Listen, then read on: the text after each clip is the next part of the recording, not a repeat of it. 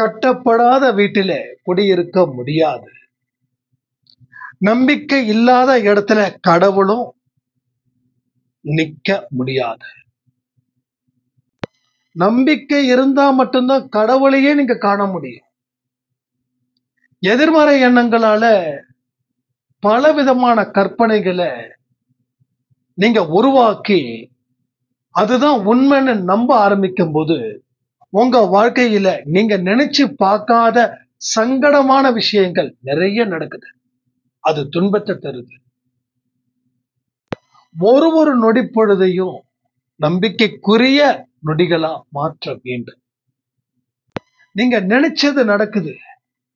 எது நடக்குதுன்னா, எது நடக்க கூடாதுன்னு நினைச்சீங்களோ அது மட்டும் நடக்குது.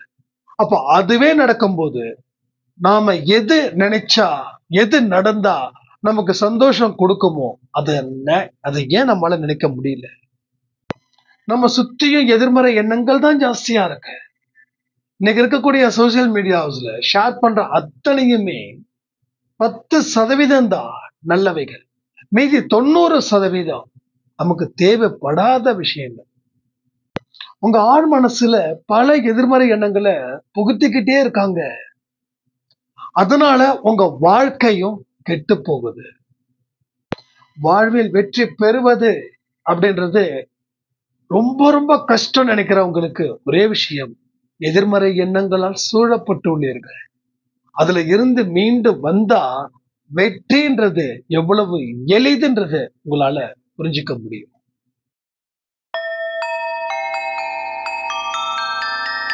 ஓம் சாயிரா சாயிரா, ஓம் சாயிரா சாயிரா, ஓம் சாயிரா சாயிரா, அன்பே சாயிரா, பேரன்பே சாயிரா, அகிலம் தளிக்க ஆத்மா விழிக்க அனுதினம் சாயிரா, எங்கள் அன்பே சாயிரா.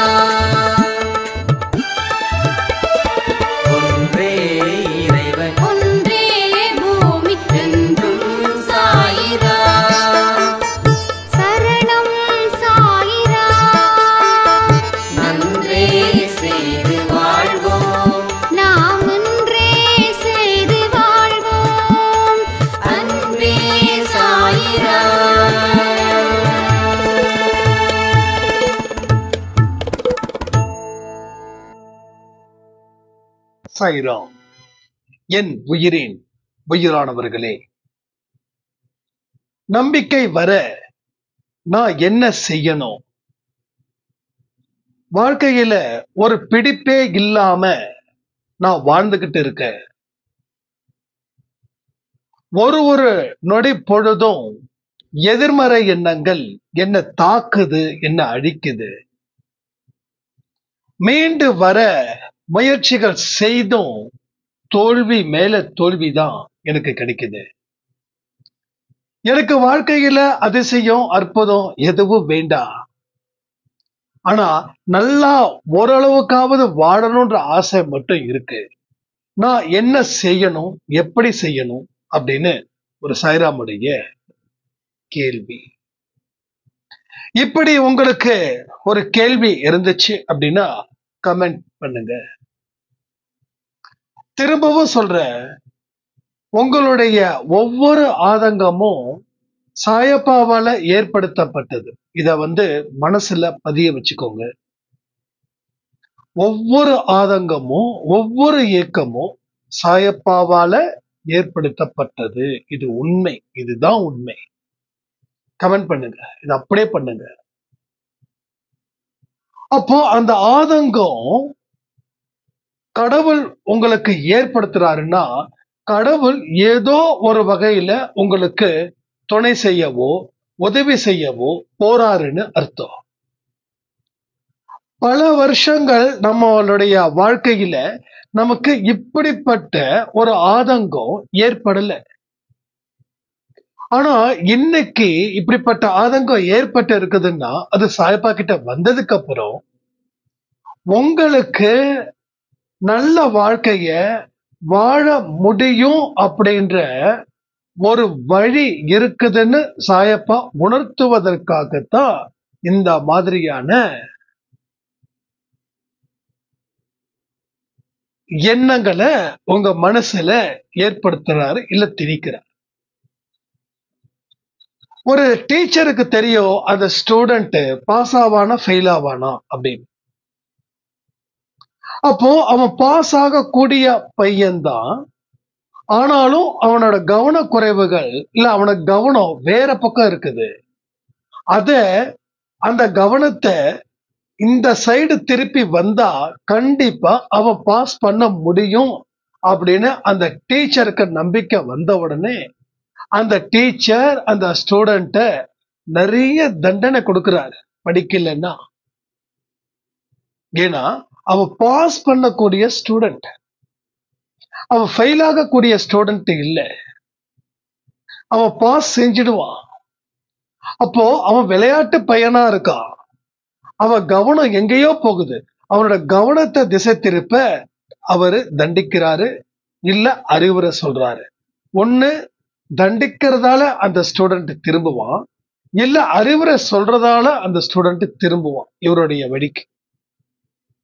அப்போ அந்த டீச்சர் எல்லாரையும் திட்டல, எல்லாரையும் அடிக்கல, எல்லாரையும் உதைக்கல, எல்லாருக்கும் அறிவுரை சொல்லல.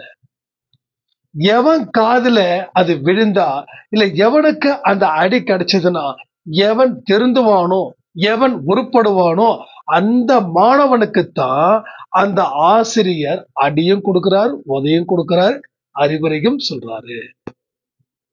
அப்போ இந்த ஆசிரியர் என்ன பண்றாரு, சாயப்பன்ற ஆசிரியர் இங்க இருக்கிற மாணவ மாணவியருக்கு யார் யாரெல்லாம் இந்த கர்ம வினைகளை தாண்டி வாழ முடியும் அப்படின்னு இருக்கிறாங்களோ அவங்களுக்கு தண்டனைய அதிகமா கொடுக்கிறார். அப்ப தண்டனையை அதிகமா கொடுக்கும் போது நமக்குள்ள இருக்கக்கூடிய நம்பிக்கை குறையுது. அப்ப இந்த தண்டனை எதுக்கு கொடுக்கிறாருன்னா, உங்க வாழ்க்கையில நீங்க இன்னமும் சிறப்பா வாழணும், நீங்க திரும்பவும் தப்பு செய்யக்கூடாது, திரும்பவும் பாவம் செய்யக்கூடாது, திரும்பவும் காலத்தையும் நேரத்தையும் வீணாக்க கூடாது. அதனால அந்த தண்டனை இப்பொழுது அதிகமா கிடைக்கும்.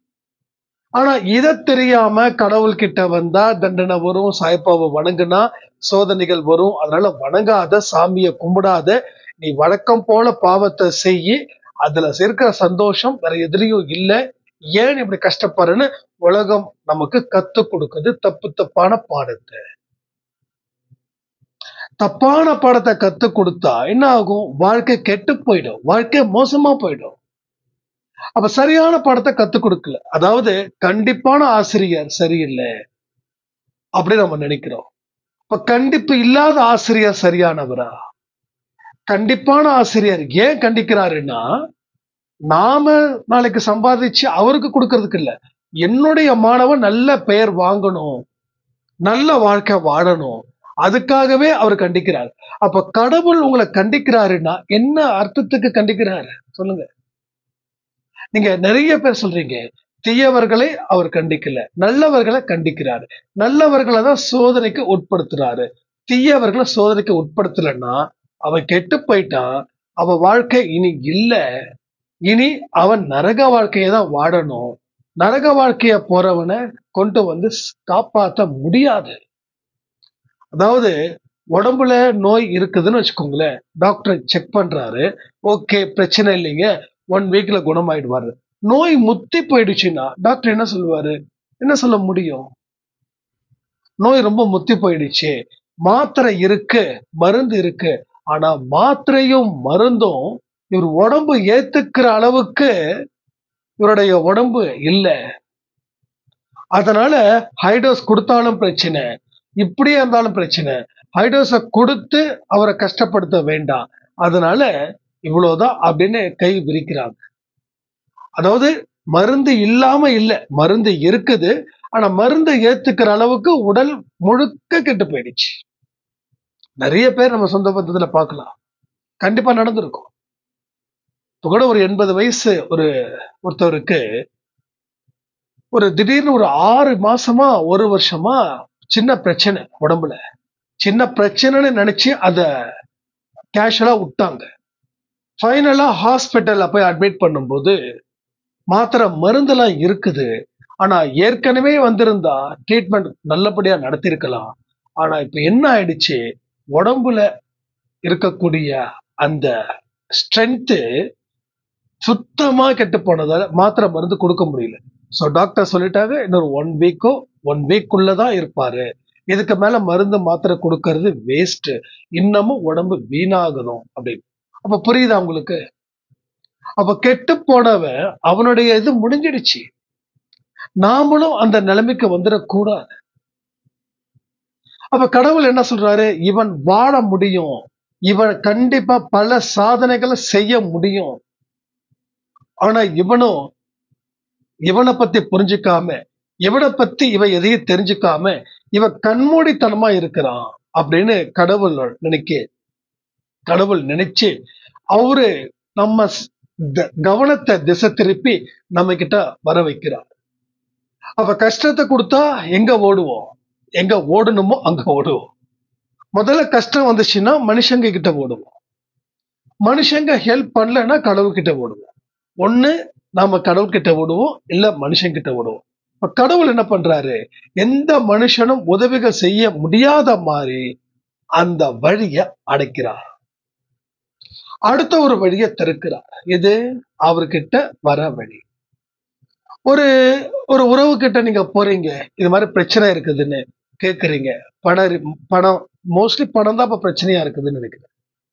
சோ எனக்கு கொஞ்சம் ஆபத்து காலத்துல இருக்க, எனக்கு கொஞ்சம் காசு கொடுங்க, கொஞ்சம் ஹெல்ப் பண்ணுங்க அப்படின்னு. அந்த உறவு கேட்கிற வரைக்கும் கேக்குது. காசு அப்படின்ன உடனே அந்த உறவு அதோட முறிஞ்சிடுச்சு. அவரு உங்க உறவை முறிச்சு தூக்கி போட்டுறாரு. இப்ப ஃபைனலா என்ன நடக்குதுன்னா, அந்த உறவு மறுபடியும் நீங்க கூப்பிட்டீங்கன்னா போன் எடுக்க மாட்டாரு. நீங்க வீட்டுக்கு போனோம் ரெஸ்பான்ஸ் பண்ண மாட்டாரு. அது தாண்டி என்னால எதுவுமே ஹெல்ப் பண்ண முடியாதுன்னு சொல்லி அவரு ஏதாவது சொந்த கதை, சோக கதையை உங்ககிட்ட சொல்லிடுவார். அந்த கதை உண்மையா இருக்கலாம், இல்ல போலியா கூட இருக்கலாம். ஏன்னா மறுபடியும் நீங்க உதவி வரக்கூடாதுன்ற மனநிலையில கூட அவர் அந்த கதையை வடிவமைச்சிருக்கலாம், டயலாக்ஸை எழுதி இருக்கலாம். அப்போ ஃபைனல் எங்க போவோம்? கடவுள் கிட்ட போவோம். கடவுள் என்ன சொல்றாரு, இப்போ என்கிட்ட வந்துட்ட, நான் இருக்கிறன்றத நம்பு, வாழ்க்கையை எதிர்த்து போராடு, எதுவும் ஒண்ணு குடிமுடிக்க போகல, கஷ்டங்கள் வரதா செய்யும், கஷ்டத்தை தாண்டி வாழு, இஷ்டப்பட்ட வாழ்க்கையை வாழ்ந்துட்டு நான் உனக்கு போதிய ஆசீர்வாதத்தையும் போதிய பலத்தையும் நான் உனக்கு கொடுப்பேன். அவ்வளவுதான். அப்போ கடவுள் எப்படிலாம் வர வைக்கிறாரு, ஒரு மனுஷனுக்கு கஷ்டத்தை கொடுத்து வர வைக்கிறார். உங்களுடைய வெர்ஷன் என்னவோ அதேதான். நல்லவங்களுக்கு தான் சோதனை. எஸ், நல்லவங்களுக்கு தான் சோதனை. நல்லவங்க என்னைக்கு கெட்டவங்களா ஆயிடக்கூடாதுன்றதுக்காக சோதனை அதிகம் கொடுத்து கடவுள் தன் பக்கம் தன்னுடைய குழந்தைங்களை வர வைக்கக்கூடிய தந்திரம் தான் இந்த தந்திரம். சோ மனிதர்கள் தந்திரம் செஞ்சாங்கன்னா நமக்கு பாதாள சாக்கடை தான், பாதாள கிணறு தான். ஆனா கடவுள் தந்திரம் செய்து கூப்பிடுறாருன்னா தலையில கிரீடம் தான். சோ கிரீடம் முக்கியமா, பாதாள குழி முக்கியமானது நீங்க முடிவு பண்ணுங்க. இப்பயும் சொல்றேன், உங்க வாழ்க்கை உங்க கையில. கடவுள் உங்களுக்கு வாய்ப்புகளை கொடுத்துக்கிட்டு தான் இருப்பாரு. ஆனா ஒரு ஸ்டேஜ்ல நீங்க எந்த ஆப்பர்ச்சுனிட்டியும் எதுவுமே ஏத்துக்கல அப்படின்னா, எல்லா ஆப்பர்ச்சுனிட்டியும் மிஸ் பண்றீங்கன்னா, ஒரு ஸ்டேஜ்ல எவ்வளவு பெரிய திறமை இருந்தோ அவர் வாய்ப்புகளை அடைச்சிட்டாருன்னா வாழ்க்கையில வாழ முடியாமல போயிடும். நம்ம அன்பே சாயில ஒருத்தவங்க உறவு, அவர் ஆடிட்டர், பெரிய இதெல்லாம் படிச்சிருக்காங்க, சிஏ தாண்டி என்னமோ படிப்பு அது இதுன்னு சொல்லி. பட் அவ்வளவு படிப்பு இருந்தும் ஒரு புகழ்பெற்றவர், நிறைய பேர் இண்டஸ்ட்ரீஸ்க்கெல்லாம் அவர் தான் ஆடிட்டர். ஃபைனலா அவர் தன்னுடைய அடையாளத்தை தெரியாமலே இறந்து போயிட்டார். கடவுள் நிறைய வாய்ப்புகளை கொடுத்தாரு, ஆனா எல்லா வாய்ப்புகளையும் உதறி தந்தார். போதை, மது, மாது இதுல போய் விழுந்து வாழ்க்கைய சூனியமாகி, வாழ்க்கைய பூஜ்ஜியமாகி, வாழ்க்கை அடிச்சு முடிஞ்சிடுச்சு. சோ ஒரு ஸ்டேஜ்ல எத்தனையோ ஆப்பர்ச்சுனிட்டி கொடுத்தாரு கடவுள். அவங்க சொல்றாங்க, எத்தனையோ இதுங்க, பெரிய பெரிய ஃபாரின்ல இருக்கக்கூடிய இண்டஸ்ட்ரீஸ்லாம் அவர் வந்து ஹையர் பண்ணாங்க, அத சம்பளத்துக்கு எடுத்தாங்க. பட் எல்லாத்தையும் வெறுத்தாரு. ஏன் வெறுத்தாரு, எதுக்கு வெறுத்தாருன்னு தெரியல. நல்ல ஒய்ஃப், நல்ல குழந்தைங்க, அவ்வளவு அன்பான சந்தோஷம், அப்படிப்பட்ட விஷயங்கள். ஆனா கடவுள் நிறைய உடம்பு வலி, மன வலியை கொடுத்தாரு கடவுள். ஆனாலும் இவர் எதையுமே அதெல்லாம் வலியை கொடுக்க கொடுக்க இவருக்கு இன்னமும் வந்து வாழ்க்கையில தப்பு மேல தப்பு பண்ணி ஃபைனலா உயிரை விட்டுட்டார். அப்ப கடவுள் ஆப்பர்ச்சுனிட்டியை கொடுக்கிறாரு, ஏதாவது ஒரு ரூபத்துல, ஏதோ ஒரு ரூபத்துல கடவுள் கொடுக்கிறாரு. அந்த ஆப்பர்ச்சுனிட்டியை பயன்படுத்திக்கலன்னா என்ன ஆச்சோ அதேதான் நமக்கும். சோ வாழ்க்கையில இறுதி நாட்களை பத்தி கொஞ்சம் கவனம் வைங்க. எத்தனையோ பேருக்கு இறுதி நாட்கள் 90, 95, 100. அந்த கடவுள் கிருபை எல்லாத்துக்கும் 90க்கு மேல இருக்கணும்னு நான் இறைவனை வேண்டிக்கிறேன். 90+ தான் அன்பை சாய் குடும்ப உறவுகள் வாழணும். 90 வரைக்கும் செம்மையா வாழணும். 90 வரைக்கும் அந்த அளவுக்கு நம்ம கொண்டு போகணும், நம்ம உடலையும் மனதையும். அப்போ கடவுள் கொடுக்கக்கூடிய சான்சஸ நாம மிஸ் பண்ணக்கூடாது. மறுபடியும் கமெண்ட்ல சொல்லுங்க, கடவுள் கொடுக்கிற வாய்ப்புகளை எப்பொழுதும் நான் வீண் செய்ய மாட்டேன். கடவுள் வந்து நம்ம நல்ல உள்ளத்துக்கு சொந்தக்காரருங்க. நம்ம உள்ளம் சொந்தம், நம்ம உள்ளம் சுத்தமா இருந்துச்சுன்னா கடவுள் தான் நமக்கு சொந்தக்காரர்களா இருக்க முடியும். மனிதர்கள் சொந்தக்காரரா இருக்க முடியாது. ஏன் சொல்லுங்க? மனிதர்கள் இன்னைக்கு போலியானவர்களா இருந்தா மட்டும்தான் ஏத்துக்கிறாங்க.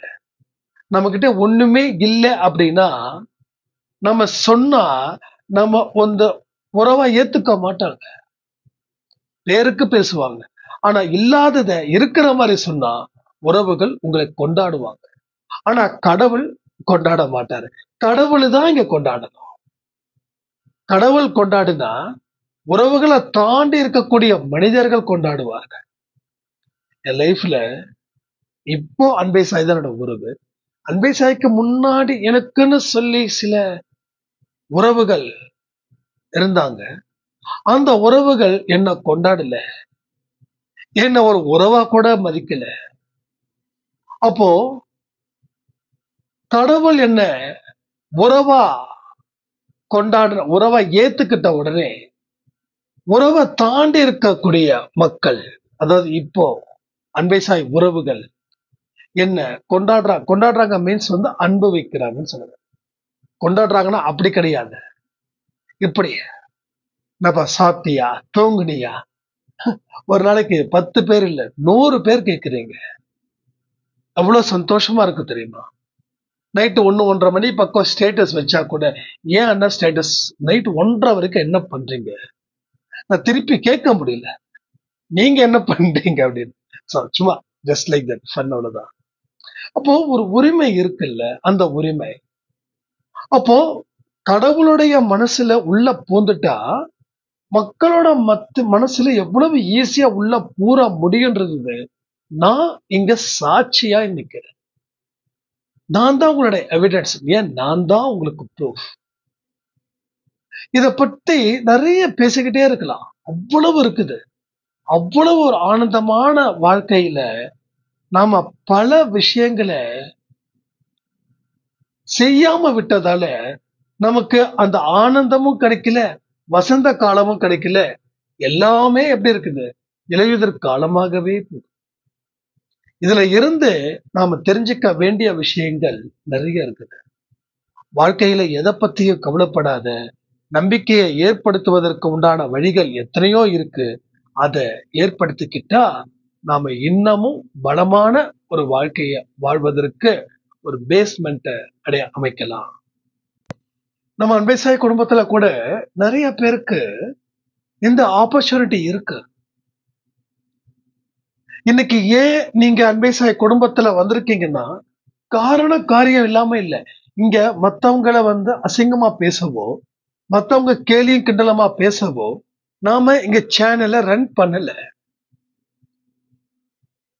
எல்லாரையும் நேசிக்க சொல்லி கடவுள் சொன்ன வார்த்தைகளை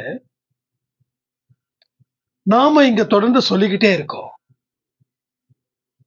சோ நீங்களும் உங்க சம்பந்தப்பட்டவங்க கிட்டயும் ஏன் உங்களுக்கு உள்ளேயும் தொடர்ந்து சொல்லிக்கிட்டே இருக்கீங்க. அப்ப என்ன நடக்குது அப்படின்னா, ஒரு நல்ல வாழ்க்கை வாழ்வதற்கு ஒரு பேஸ்மெண்ட் அன்பே சாய் குடும்பத்துல சாயப்பா அமைச்சு கொடுத்திருக்காங்க அப்படின்ற ஒரு புரிதல் தான் இங்க இருக்கு.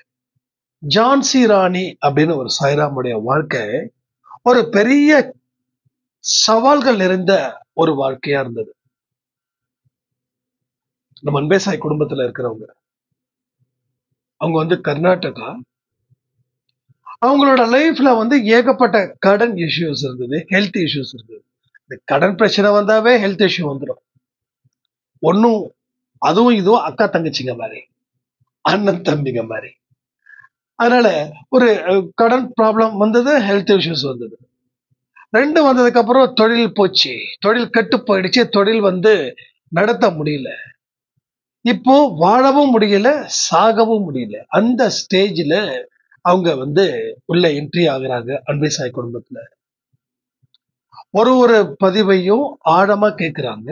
ஏகப்பட்ட சந்தேகங்கள் அத்தனையும் வாட்ஸ்அப்ல ஆடியோவை கேட்கிறாங்க. என்ன இப்படி பண்ணலாம், என்ன இப்படி செய்யலாம், என்ன இப்படி இஷ்யூஸ் இருக்கு, என்ன பண்ணலாம். நான் ஒரு விஷயத்த மட்டும் சொன்னேன். முதல்ல நம்பிக்கையை ஏற்படுத்த முயற்சி பண்ணீங்களா? இல்லைங்க. அப்ப நம்பிக்கையை ஏற்படுத்த முயற்சிகள் ஏன் செய்யலைன்னா, எதை நான் சக்சஸ் பண்றதுன்னு தெரியல. ஆனா இப்ப இருக்கிற நிலைமையில எதை பண்ணாலும் அது தோல்வியை கொடுக்குது அப்படின்னா, அப்போ நம்ம வாழ்க்கையில பெருசா சாதிக்கணும் அப்படின்னு ஒரு மோசமான சூழ்நிலையில நம்ம நினைச்சோம் அப்படின்னா அது நடக்காதுன்னு நம்ம மனசு சொல்லும். அப்ப சாதிக்க முடியாது. அப்ப சின்ன சின்ன விஷயத்துக்கு நாம சாதிக்கணும்னு நினைச்சோம் அப்படின்னா அது நம்மால செய்ய முடியக்கூடிய ஒரு டாஸ்கை எடுத்து செஞ்சு முடிச்சு கடவுளுக்கு நன்றி சொல்லி பாருங்களேன். அதுக்கப்புறம் ஆட்டோமேட்டிக்கலி அந்த நம்பிக்கை வேற ரூபமா உங்களுக்கு வந்து நிற்கும். 2023 அவங்களுக்கு ஏகப்பட்ட ப்ராப்ளம். கணவரும் மனைவியும் படாத சித்திரவதை கடன்காரர்களால. கணவன் வந்து உடம்பு ரொம்ப முடியலாம போயிட்டாரு. மாத்திரை மருந்து வாங்குறதுக்கு கூட காசு கிடையாது. அந்த இடத்துல இவங்க ரொம்ப தெளிவா ஒரு விஷயத்த பண்ணாங்க. என்ன அப்படின்னா, நம்பிக்கைக்குரிய விஷயம் என்னென்ன விஷயங்கள்லாம் நம்ம ஒரு சில விஷயங்கள் சொன்னோமோ அந்தந்த விஷயங்கள் சின்ன சின்ன விஷயங்கள் தான். இதை நீங்க செய்யுங்க. நம்ம சொன்னது அவங்களுக்கு கிட்ட டாஸ்க் என்னன்னா, காலையில 4 மணி. நான் இங்க நிறைய சொல்றேன், நான் கத்தி பாக்குறேன், உங்களுக்கு என்ன எப்படி எடுத்துக்கிறீங்கன்னு தெரியல. ஆனா அந்த 4 மணிக்கு எழுந்துட்டீங்கன்னாவே வாழ்க்கையில ஜெயிச்சிட்டீங்கன்னு அர்த்தம். ரைட்டா? அப்ப அந்த 4 மணி, அந்த 4ல இருந்து 6 மணி வரைக்கும் என்னென்னலாம் செய்ய சொல்லணும் அதுதான் நீங்க தினமும் செய்யணும். அப்படி இப்படி சின்ன சின்ன விஷயத்த செஞ்சு அவங்களுக்குள்ள சந்தோஷப்பட்டு, கடைக்கார எத்தனையோ பேர் எவ்வளவு கெட்ட வார்த்தைகள் சொல்லி திட்டினாலும் நீங்க பதில் சொல்லாதீங்க அப்படின்னு சொல்லி கொஞ்சம் கொஞ்சமா இட்லி கடை ஆரம்பிச்சாங்க. இட்லி கடை காலையில 7 மணிக்கு. அவங்க 4 மணிக்கு எந்திரிச்ச உடனே அவங்க யோசிக்கிறாங்க தன்னால என்ன பண்ண முடியும். மோஸ்ட்லி ஹவுஸ் ஒய்ஃப் எல்லாம் பொறுத்த வரைக்கும் டிஃபன் செய்வாங்க, சமையல் செய்வாங்கல்ல. அப்போ அவங்க கிட்ட நான் கேட்டேன், உங்களுக்கு என்னென்னலாம் தெரியும்? அவங்களுக்கு ஒண்ணுமே தெரியல. ஏன்னா தன் கணவர் என்ன பண்ணிட்டாரு, மனைவிய மகாராணி மாதிரி பார்த்துக்கணும். நல்ல கணவர், சூப்பரான கணவர், மகாராணி மாதிரி பார்த்துக்கணும், கஷ்டப்படாம பார்த்துக்கணும் அப்படின்னு சொல்லி எதுவுமே வந்து எந்த வேலையும் செய்ய விடல. ஆனா கணவர் வந்து பெட்ல படுத்துட்டார். அவ்வளவுதான், முடியல அவரால். அப்ப இவங்க வந்து இட்லி கடை போட்டு ஒவ்வொன்றா ஸ்டெப் பை ஸ்டெப்பா ஆரம்பிக்கிறாங்க. நான் என்ன சொல்றேன், உங்க வீடு எந்த பக்கம் இருக்குதுன்னு கேட்கிற, கொஞ்சம் அவுட்ருங்கன்னு. சரி, ஏதாவது வந்து பக்கத்துல மார்க்கெட்ல இருக்குதா? இருக்குண்ணா. சரி, ஓகே. அங்க போயிட்டு நீங்க காலையில வந்து இட்லி, தோசை ஏதாவது வந்து எடுத்துட்டு போய் அங்க இது பண்ணுங்க. அண்ணா வாங்குவாங்களா? போங்க, ஒரு வாரத்துக்கு போங்க. முயற்சியை கை விடாதீங்க. கடவுளுடைய அனுக்கிரகம் உங்களுக்கு இருக்குது, நீங்க தொட்டதெல்லாம் தொலங்கும் அப்படின்னு சொன்ன உடனே அவங்க அழுதுட்டாங்க. இந்த தொட்டது தொலங்கும்னா இப்ப ஏன் எனக்கு தொலங்கலைன்னா, இது உங்க கர்ம வினைகளால வந்தது பெற்றதை அழிச்சிடுச்சு. இப்போ அடுத்தது நீங்க ஆரம்பிக்கிறது ஸ்ட்ராங்கா இருக்கும் அப்படின்னு. அதுக்கப்புறம் இட்லி கடை ஆரம்பிச்சு மொத 2 நாள் போகல, ஒரே அழுக. இதெல்லாம் ஞாபகம் இருக்கு. நான் அப்பப்போ ஏன்னா சில பேர்ல மறக்க முடியாது. ஏன்னா லைஃப்ல நிறைய போராடி சிங்கிளா நின்னு போராடுறாங்க. சிங்கிளா நின்னு 2 குழந்தைங்களுக்கு அம்மா வேற. இட்லி கடை ஆரம்பிச்சு அதுக்கப்புறம் தக்காளி சாப்பாடு, புளிசோறு இதெல்லாம் செஞ்சு இன்னைக்கு ஒரு சின்னதா ஒரு கடை போட்டு, மார்க்கெட் பக்கத்துல ஒரு கடை போட்டு அழகா சூப்பரா ஹஸ்பண்டுக்கும் ஓரளவுக்கு பரவாயில்ல. கடன்கள் இவங்க இப்படி தொழில் பண்ண ஆரம்பிச்சதுக்கு அப்புறம் கடன்காரவங்க இவங்க எவ்வளவு கொடுத்தாலும் அதை வாங்கிக்கிட்டு கணக்க இது பண்ணிக்கிட்டு இன்னைக்கு மரியாதைக்குரிய வாழ்க்கையில வாழ்ந்துட்டு இருக்காங்க. அப்போ உங்க நம்பிக்கைய அழிச்சிடுச்சுன்னா அந்த நம்பிக்கைய மறுபடியும் விதைக்கணும். அப்ப சின்ன சின்ன விஷயத்துக்கெல்லாம் நீங்க கடவுளுக்கு நன்றி சொல்லணும். ஒரு விஷயத்த செய்யறீங்க, சக்சஸ் அடையறீங்க, அது பெரிய வெற்றியா உங்க மனசுல நினைச்சு கொண்டாடணும். அடுத்த வெற்றி என்னப்பா அப்படின்னு நீங்க சர்ச் பண்ணணும். அடுத்தது என்ன கொடுக்க முடியும் நம்மாலன்னு. அப்போ ஒவ்வொரு இன்ச் பை இன்ச்சா போங்க. முயல் கதை, ஆமை கதை நிறைய சொல்லியிருக்கல. முயலுக்கும் ஆமைக்கும் போட்டி வைக்கும் போது முயல் நக்கல் பண்ணி சிரிச்சுதான். நாம போற வேகத்துக்கு ஆமையோட வேகம் எப்படி இருக்குன்னு.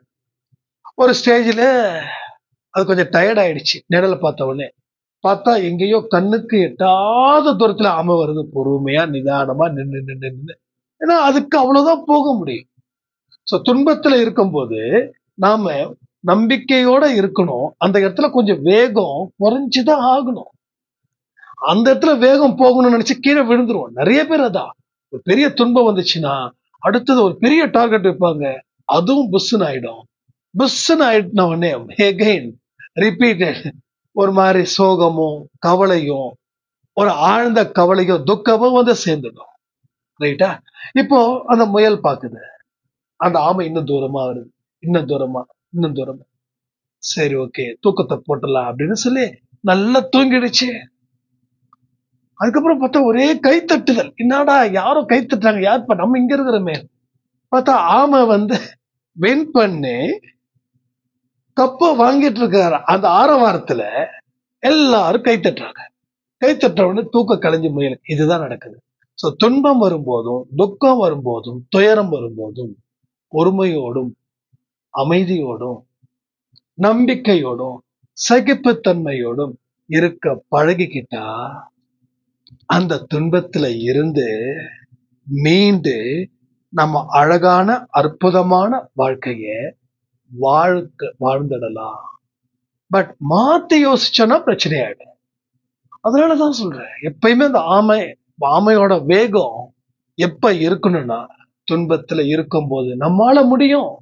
சின்ன சின்னதா தான் ஸ்டெப் எடுத்து வைக்க முடியும். அதாவது சின்ன சின்னதா ஸ்டெப் எடுத்து என்னைக்கு போறதுன்னு சொல்லி எந்த ஸ்டெப் எடுக்காம இருக்கிறது பெஸ்டா இல்ல இருக்கட்டும், நான் பாட்டுக்கும் என்னுடைய வேலைய நான் எந்த தடையும் இல்லாம தாமதமும் இல்லாம செய்வேன், என்னுடைய சக்திக்கு என்னவோ அதுக்குள்ள நான் செய்வேன், ஆனா முயற்சியை கைவிட மாட்டேன்னு சொல்லி ஒரு முடிவை எடுத்து நீங்க ஆரம்பிச்சீங்கன்னா உங்க பயணம் அவ்வளவு அழகா இருக்கும், அவ்வளவு அதிசயம் மிக்கதா இருக்கும்.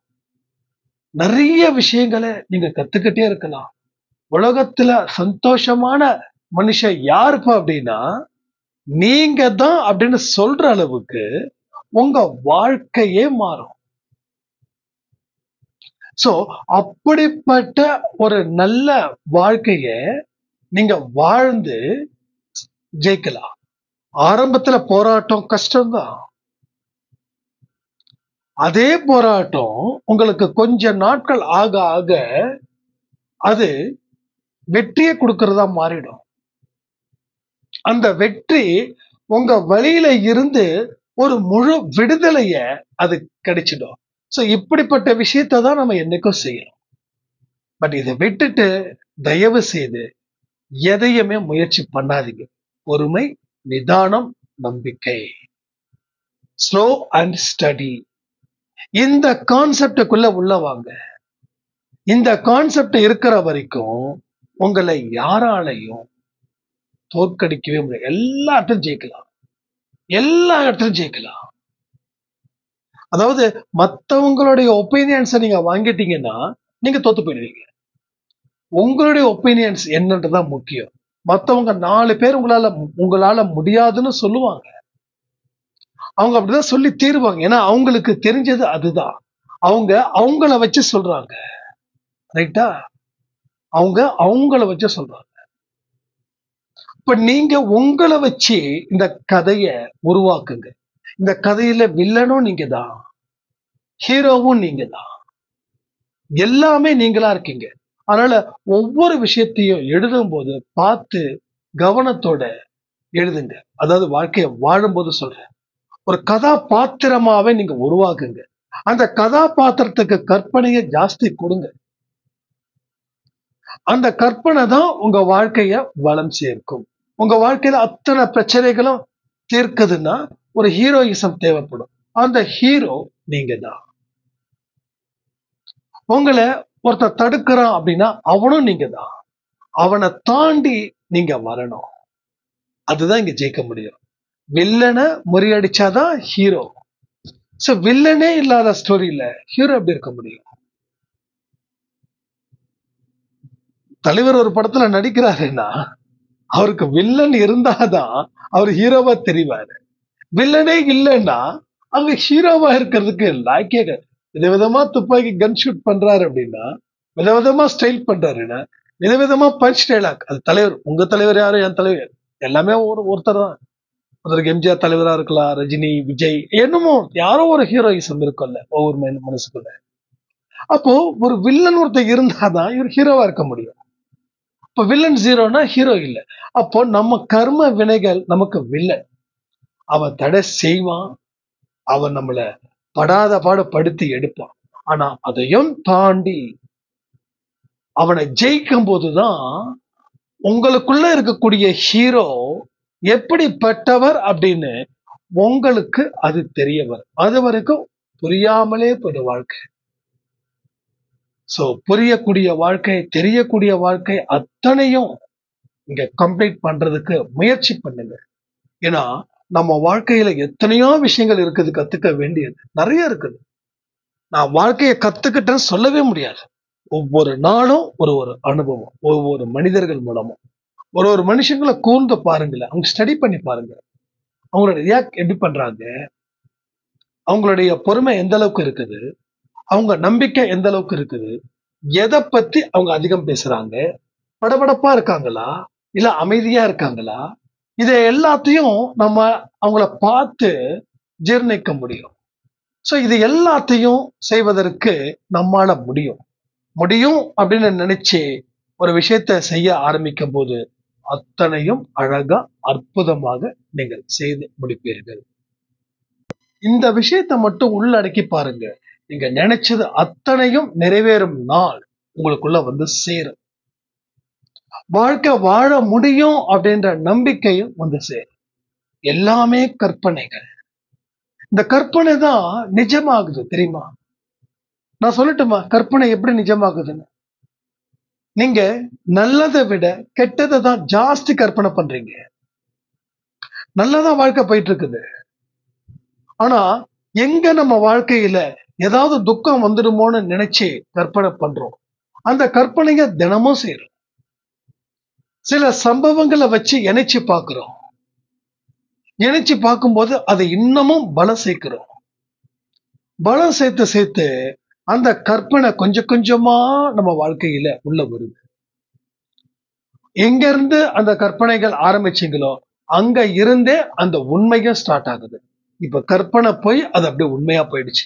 எதிர்மறை எண்ணங்கள் ஒரு மனுஷனுக்கு ஏன் அதிகமா வருதுன்னா, அவன் கற்பனையோட அந்த வாழ்க்கைய எப்பயோ பார்க்க ஆரம்பிச்சுட்டான், அதுலயே மூழ்கிட்டான். மூழ்க அவனுக்கு எதிர்மறை எண்ணங்கள் அதிகமா வந்து அதிகரித்து கொண்டே இருக்கிறது. ஒரு இடத்துலயும் அவனால அதை நிறுத்த முடியல. ஏன்னா அந்த கற்பனை அவ்வளவு பெருசா போயிடுச்சு. அந்த கற்பனை அந்த அளவுக்கு அவனையே தூக்கி போட்டு மிதிக்கிற மாதிரி போயிடுச்சு. இப்போ உண்மை எது கற்பனை எதுன்றது தெரியல. நான் நினைச்சேன் நடந்துருச்சு. எஸ், நீங்க நினைக்கல, கற்பனை பண்ணி அத ஒரு உருவமா உங்க மனசுல ஆழ் மனசுல வச்சீங்க. அது நிஜமா போயிடுச்சு. நிஜமா போனதால உங்களால ஃபோக்கஸ் பண்ண முடியல உங்க வாழ்க்கையில. அப்போ எதிர்மறை எண்ணங்களை கற்பனை பண்ணி நாம அதுல சாதிச்சோமா இல்லையா? இப்போ நேர்மறை எண்ணங்களை கற்பனை பண்ணி ஏன் சாதிக்க கூடாது? நீங்க இன்னைக்கு இந்த பதிவு முடிஞ்சதுக்கு அப்புறம் நீங்க எப்படி இருக்கணும்னு சொல்லி கற்பனை பண்றீங்களா? இந்த கற்பனையை தினமும் செய்றீங்களா? இப்பெல்லாம் மனசுல வலி இருக்கும், இப்பெல்லாம் கஷ்டங்கள் இருக்கும், அப்பெல்லாம் இந்த கற்பனைகளை வச்சுக்கோங்க. நீங்க நல்லா சிரிக்கிற மாதிரி. உங்களுக்கு நோய்கள் இருக்குது இப்போ, ஆனா நோய்களே இல்லாத ஒரு வாழ்க்கை, ஆரோக்கியமான மனுஷனா நான் இருக்கிறேன் அப்படின்னு ஒரு கற்பனை பண்ணி பாருங்களேன். அப்போ ஒரு நாள்ல கற்பனை பண்ண போதுமா? அப்படிலாம் கிடையாது.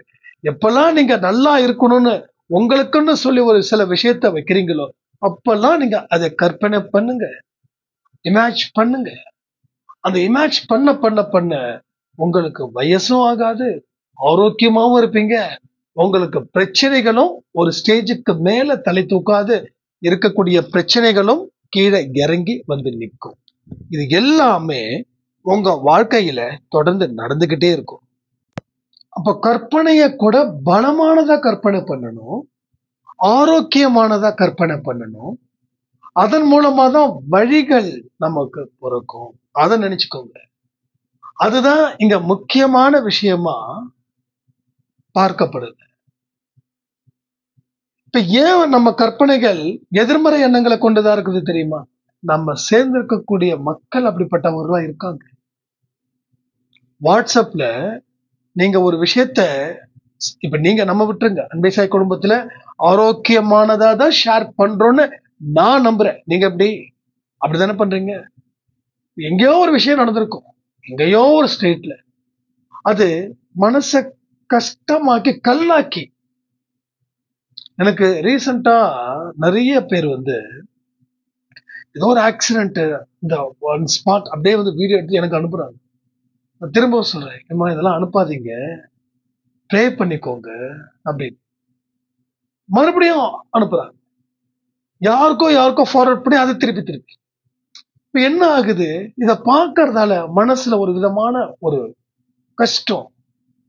அப்ப கடவுள்கிட்ட நம்ம பிரார்த்தனை பண்றோம், அது வேற விஷயம். அதாவது புதுசா நடக்கல. இது மக்கள் இன்னொரு விஷயத்த இப்படி ஸ்ப்ரெட் பண்றாங்க, ஒரு நெகட்டிவ் வைப ஸ்ப்ரெட் பண்றாங்க. இப்ப ஸ்ப்ரெட் பண்ணும்போது என்ன ஆகுது? வண்டியில போகும்போது நமக்கு பயம் ஜாஸ்தி ஆகுது, கரெக்டா போய் சேர்ந்துருவோமா அப்படின்னு. அப்ப அந்த பயம் என்ன பண்ணுது? கன்ஃபார்ம் பண்ணுது நம்ம கரெக்டா போய் சேர மாட்டோம். அதுக்கு தகுந்த மாதிரி வண்டி பிரேக் டவுன் ஆகும், இல்ல ஏதாவது வண்டி கவுந்துரும், இல்ல சம்திங் ஏதோ நடக்க கூடாத விஷயங்களும் நடக்குது. ஏன்னா அந்த கற்பனை அந்த அளவுல இருக்குது. அப்ப நல்ல விஷயத்துக்கு கற்பனை பண்ணா பிரச்சனையே கிடையாது. உங்களால முடியும்னு கற்பனை பண்ணி பாருங்களேன், அது ஆனந்தமான வாழ்க்கைக்கு வழிவகுக்கும். ஆனா முடியாதுன்னு சொல்லி கற்பனை பண்ணி பாத்தீங்கன்னா, இப்ப என்ன நிலை இருக்கோ அதே நிலை நமக்கு பின்தொடரும், தொடர்ந்து கொண்டே இருக்கும்.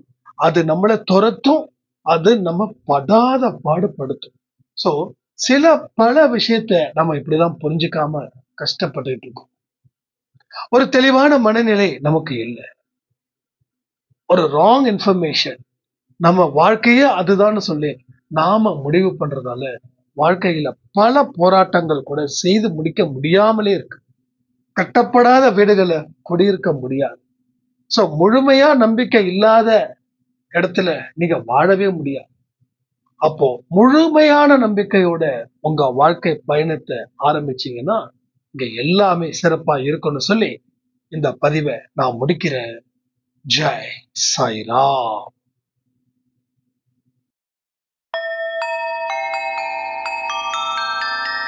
ஓம் சாயிரா சாயிரா, ஓம் சாயிரா சாயிரா.